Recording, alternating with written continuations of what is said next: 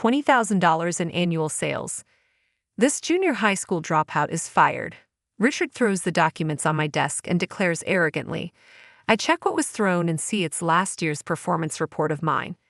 No, this is no excuse. Incompetence has no place in this company. Pack up your things and leave immediately. Whatever I say in response, Richard doesn't listen at all. Seeing his attitude, I realize further discussion is pointless. I've worked hard to develop this company for the previous owner, but enough is enough. However, mistaking $220,000 in sales is quite the blunder. I almost burst out laughing but managed to leave the CEO's office with my head down. Thanks for everything, I say, unable to hold back my laughter. He probably thought I was on the verge of tears. He nodded with great satisfaction. I'm Daniel Moore, 46 years old. I currently work in a small company mainly handling sales. This company has about 10 employees, and I joined when the previous owner took me in. In fact, I dropped out of high school. The reason is quite common. My parents died in an accident, and I was left all alone, not knowing what to do. The previous owner, who had lived nearby when I was a kid, reached out to me. Without him, I don't know where I'd be or what I'd be doing now. That's why I was determined to contribute to this company in any way I could. However, what I could do was limited. After all, I'm a high school dropout with no formal education. The only things I can boast about are my physical strength and determination, so I use my passion to drive sales. For the past 30 years, I've focused solely on moving forward and working hard. Now, as I've gotten older, I can't rely solely on youthful enthusiasm to get the job done. Understanding this, I started focusing on language studies in my mid-20s due to various coincidences. I had never put much effort into studying before. However, that doesn't mean I disliked studying. On the contrary, becoming an adult early meant I had less time. Language learning was the most cost-effective study, so I used my spare time after work to focus on it. Thanks to that, I was living a seemingly successful life, but this changed when the previous owner passed away 2 years ago. Hey, junior high school dropout. My dad might have been kind, but I'm not. Just because you've been here a long time doesn't mean you'll get special treatment. This was Richard Moore, the son of the previous owner who took over as the second-generation boss. Richard and I are both 46 years old. We used to get along well in our younger days, but our relationship soared after we turned 30. I'm not sure why. Richard just started hating me for some reason. We hadn't even spoken much in recent years, but now that he's the new boss, we can't avoid talking. However, when we finally did talk, Richard was constantly hostile towards me. Richard, our president, it's true I dropped out of high school, but I've worked here for 30 years. At this age, education doesn't seem that relevant. What? Are you talking back to me? I graduated from a top university's business school. Don't think you're important just because we're the same age and have known each other for a long time. That's not what I meant. Every time we meet, Richard throws such sarcastic remarks. If I dared to call him by his name like in the old days, he'd glare at me with a furious look. And when another employee called him the second-generation boss, he got angry and gave a long lecture. So calling him president is the only option. When I inadvertently called him Richard, I broke into a nervous smile, sweating internally. All right, here you go, Mr. High School Dropout. You have a sales meeting first thing tomorrow morning. Go through these materials. A sales meeting first thing in the morning? Yeah, feel free to go directly. I glanced over the documents handed to me. The company mentioned is on the opposite side from my home, across our office, and it was originally someone else's coverage. Clearly, a way to harass me.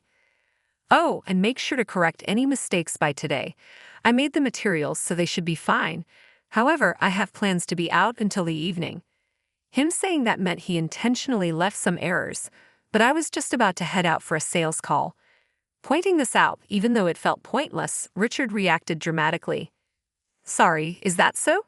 Well, you'll have to work overtime, but it can't be helped. I'm counting on you, got it? I sighed openly at his reaction.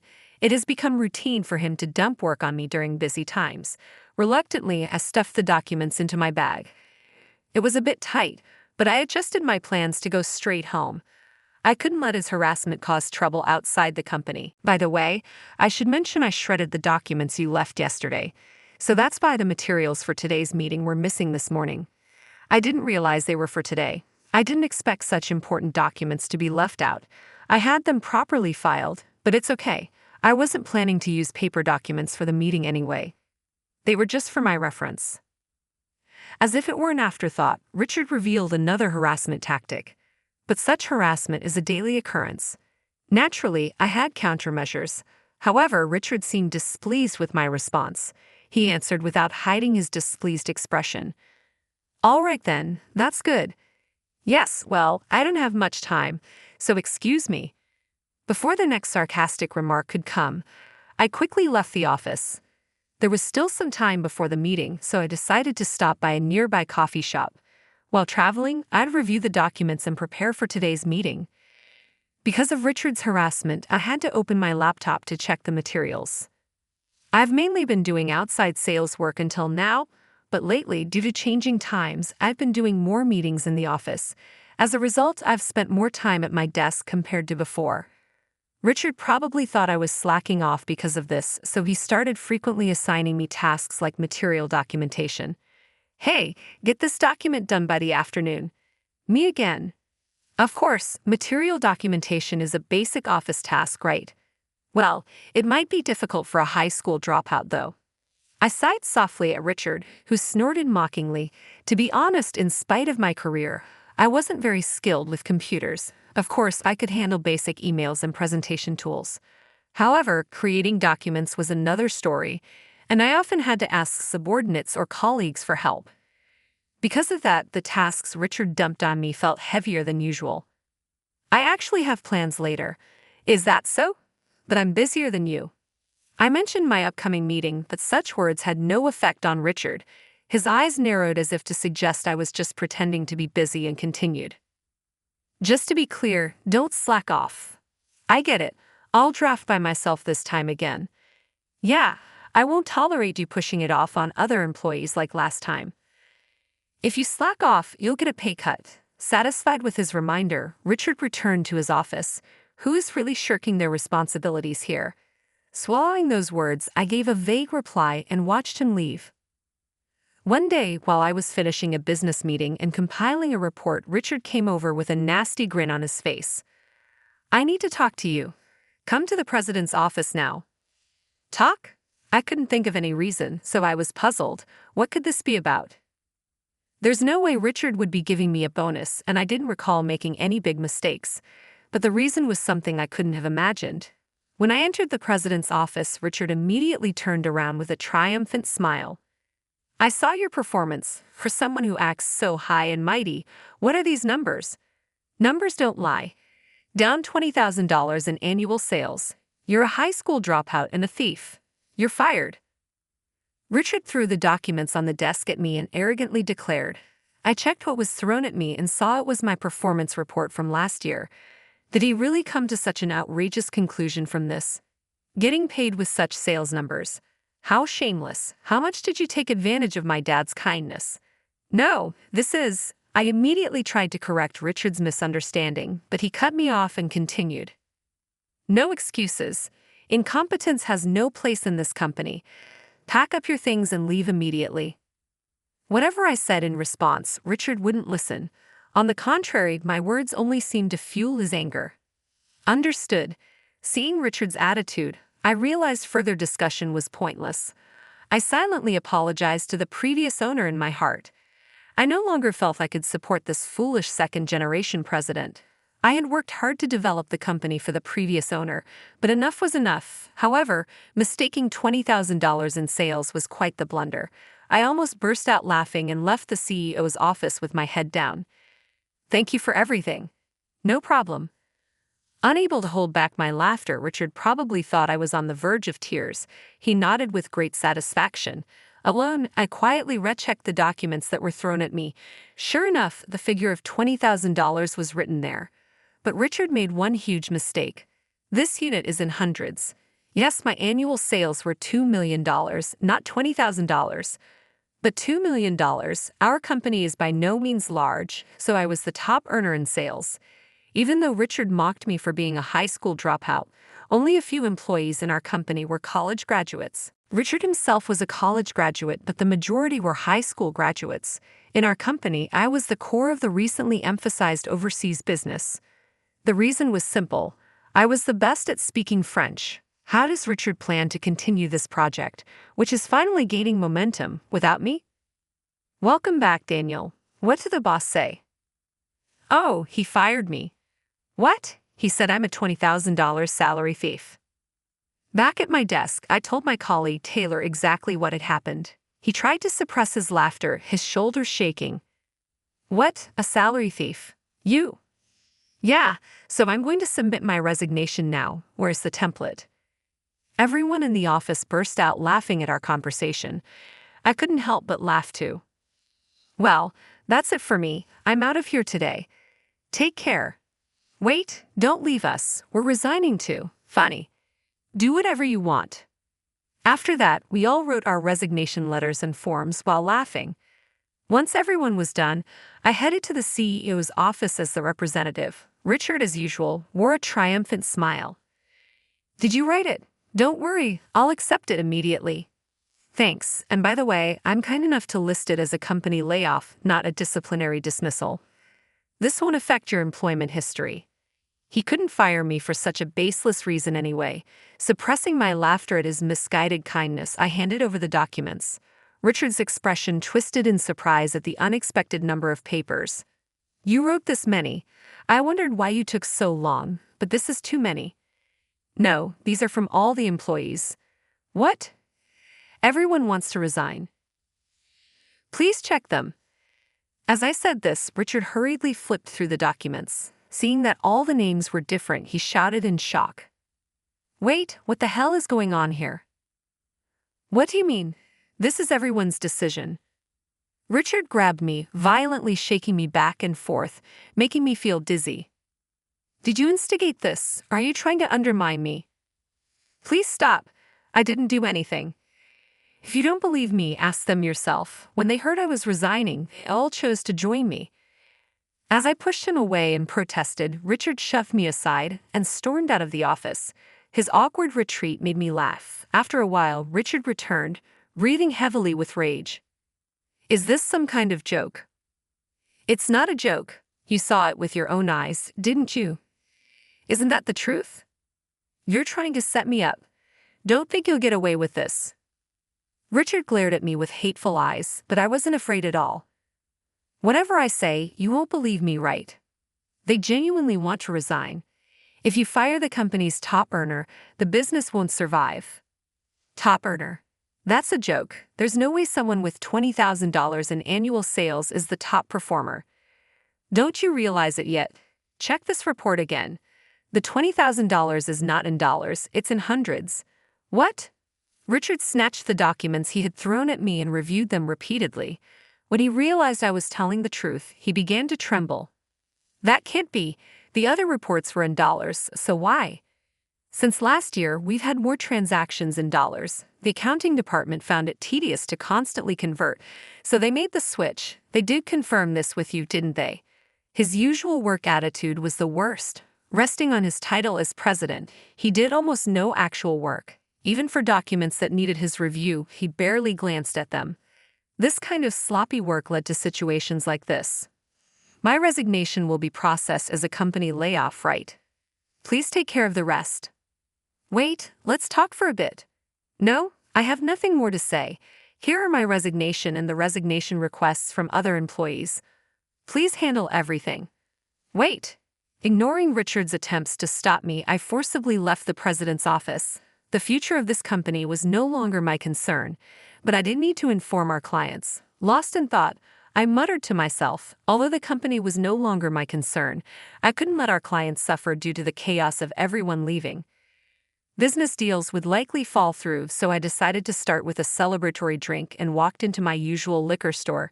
It was a company layoff. I had worked there for 30 years, so I should be entitled to a severance package, but I didn't expect anything from Richard. As expected, my final paycheck only included a few extra cents with no separate deposit. The lack of severance wasn't illegal, so I couldn't sue. I cited as pettiness. However, thinking about the future of the company, they probably couldn't afford to pay such money anyway. Fortunately, I'm not married, and my hobbies are work and studying. I often thought about work even on my days off, so I have plenty of savings. Also, I'm a high school dropout, so I'm resilient in the face of adversity. Maybe I'll take it easy for a while and travel in luxury. It wouldn't be bad to stretch my wings and enjoy some freedom for the first time in 30 years. So I decided to enjoy a leisurely period of unemployment. I traveled, enjoyed nature, and thoroughly healed my mind and body. Time flew by, and before I knew it, a month had already passed. I thought about finding a new job, but I didn't have the energy to start working yet. I continued to read books I had piled up and clean my house. Once the books were gone and the house was tidy, I felt refreshed. Before I knew it, 3 months had passed since I left my job. At that point, I had to face reality. I reluctantly started browsing job sites, thinking it was time to find a new job. However, I couldn't find a job that felt right.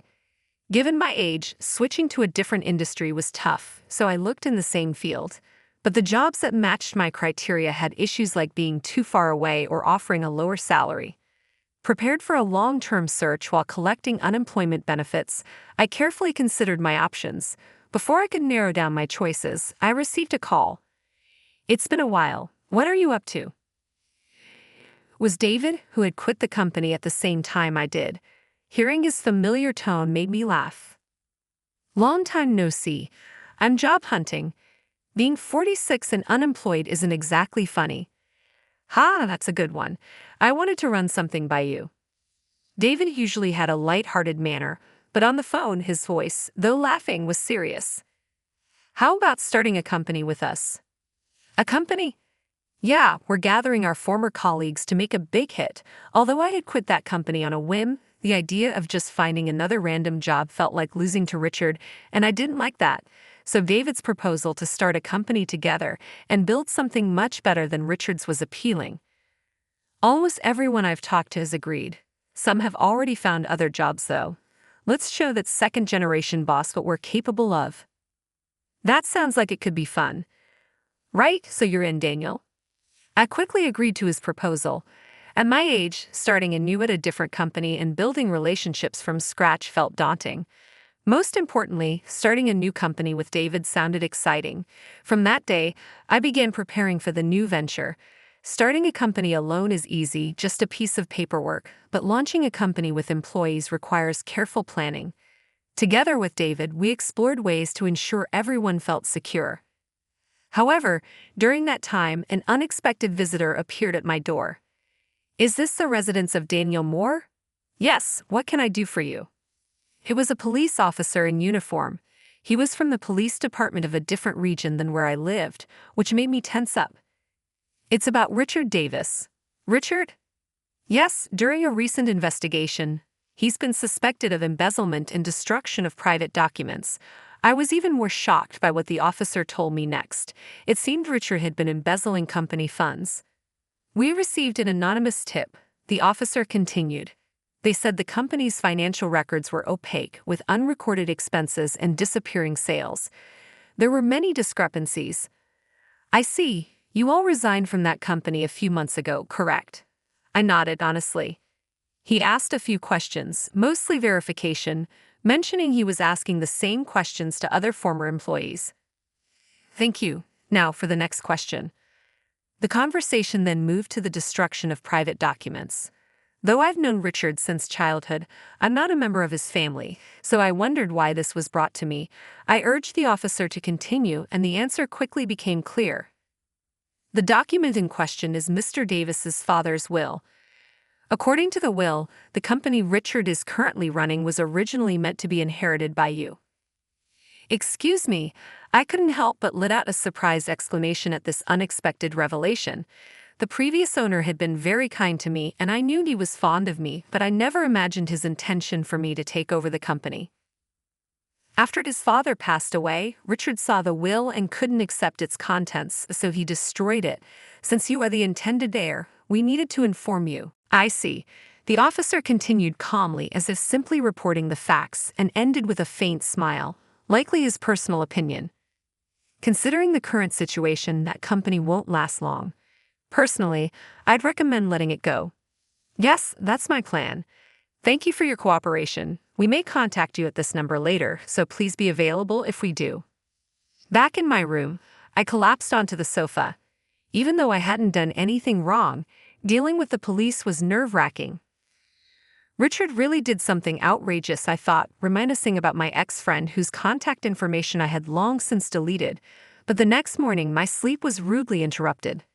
"Hey, coward, I know you're in there. Get out here now." The voice, unconcerned with disturbing the neighbors, belonged to none other than Richard. He banged on the door, forcing me to scramble out of bed. "Richard, what are you doing here so early in the morning?" "What am I doing?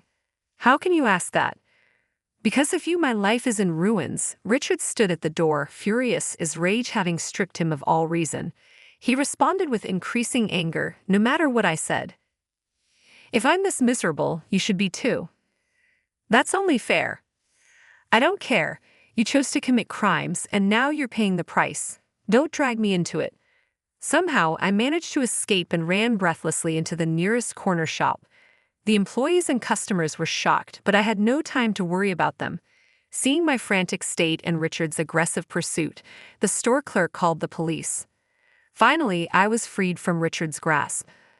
As a result of the call, Richard was arrested and received a prison sentence.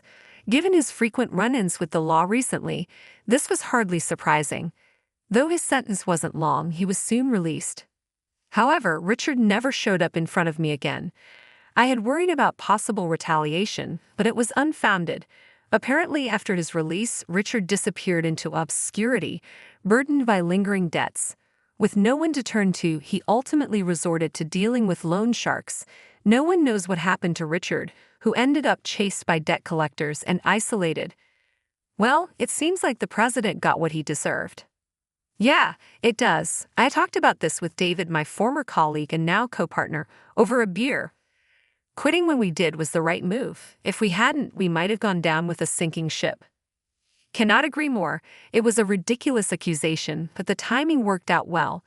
Our company's doing well. With Richard's company going bankrupt, many of their clients came to us, boosting our business significantly.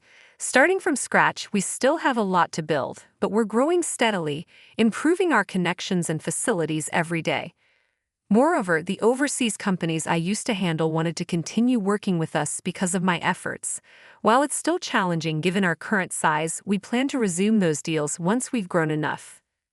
Looks like we're finally at the starting line. Right? Let's put even more effort into this. There are still piles of challenges ahead to further develop our company and achieve even greater happiness. I'll keep giving my